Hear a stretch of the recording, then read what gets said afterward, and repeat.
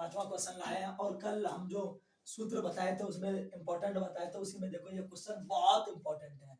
Plaster of Paris का आणविक सूत्र लिखो, इसका उपयोग क्या है। बहुत आसान क्वेश्चन है और छोड़ देता बच्चा, लेकिन इसको समझ लेना है। इसका कहते हैं प्लास्टर ऑफ पेरिस का आणविक सूत्र लिखो, इसका उपयोग क्या है। प्लास्टर ऑफ पेरिस का आणविक सूत्र होता है कैल्शियम सल्फेट हेमीहाइड्रेट, यानी CaSO4 into half H2O, CaSO4 into half H2O, यानी कैल्शियम। प्लास्टर ऑफ पेरिस का सूत्र होता है कैल्शियम सल्फेट हाफ H2O, या इसका सूत्र हम लोगों को मिल गया। अब कहता है इसका उपयोग क्या होता है। इसका उपयोग हम लोगों ने टूटे हुए हड्डियों को जोड़ने के लिए करते हैं, मूर्ति बनाने के लिए करते हैं, दीवार को पुटी करने के लिए करते हैं, अग्निशामक में गैस को रोकने के लिए उसका उपयोग करते हैं। ये 5 पॉइंट बहुत काफी हो गया। कहता है कि जैसे कि प्लास्टर ऑफ पेरिस का आणविक सूत्र लिखा है, इसका उपयोग क्या है।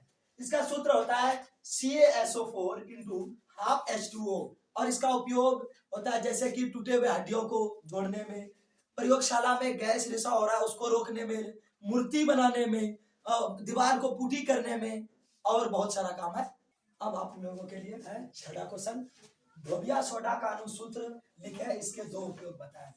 धोबिया सोडा का अनुसूत्र लिखा है, इसके दो उपयोग बताएं। धोबिया सोडा का सूत्र होता है Na2CO3.10H2O, Na2CO3.10H2O, यानी कि सोडियम कार्बोनेट और decahydrate, sodium carbonate decahydrate, sodium carbonate decahydrate Na2CO3.10H2O।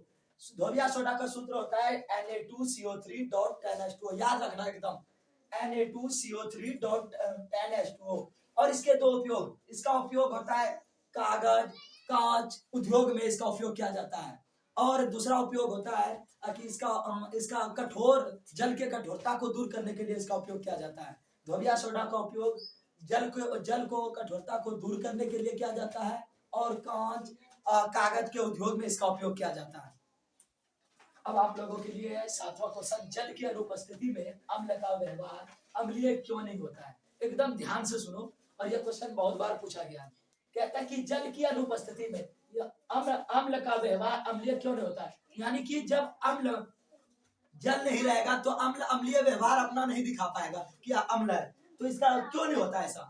होता है कि जल की अनुपस्थिति में अम्ल का व्यवहार अम्लीय क्यों नहीं होता है। इसलिए नहीं होता है, जब जल में अम्ल नहीं जाएगा, जल में अम्ल नहीं जाएगा तो वह जल H+ आयन, जब तक अम्ल जल में नहीं जाएगा तो H+ आयन देगा नहीं, और H+ आयन नहीं देगा तो अम्लीय यह हो ही नहीं सकता, क्योंकि अम्ल का यह आधार है कि वह H+ आयन देता है, तभी वह अम्लीय होगा। इसलिए जब जल में जाएगा तभी H+ आयन देगा, अन्यथा वह H+ आयन नहीं देगा तो वह अम्लीय अपना गुण नहीं दिखा पाएगा।